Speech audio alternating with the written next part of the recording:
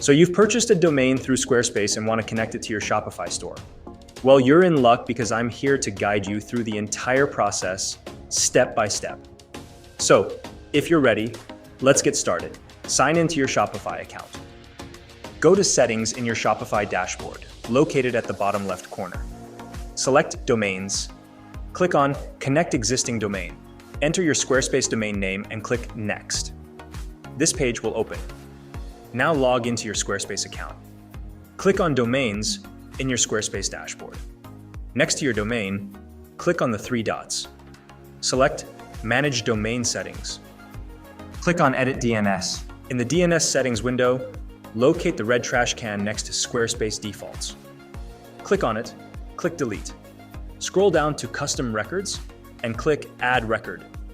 For the host, type @ Select the type as a record.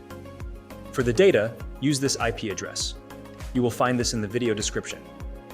Leave the priority on default and click Save. Repeat the process. For the host, type @ Select the type Quad A record. For the data, use this IP address. You will find this in the video description. Leave the priority on default and click Save. Repeat the process one more time. For the host, type www. Select the type as CNAME record. For the data, type shops.myshopify.com. You will find this in the video description. Leave the priority on default and click Save. Return to Shopify and click Verify Connection. Be patient, as this process may take some time.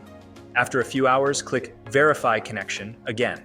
Once verified, click on your domain name. Select Change Domain Type. Choose Primary Domain and click Change Domain Type. Congratulations! Your Squarespace domain is now successfully connected to Shopify, and your Shopify store has a custom web address. Feel free to contact me if you encounter any issues during the process. If you need any help related to Shopify, you can hire a Shopify expert now. The link is in the description below this video. Please comment below with your opinion, and don't forget to like and subscribe to my channel for more tutorials to boost your online knowledge.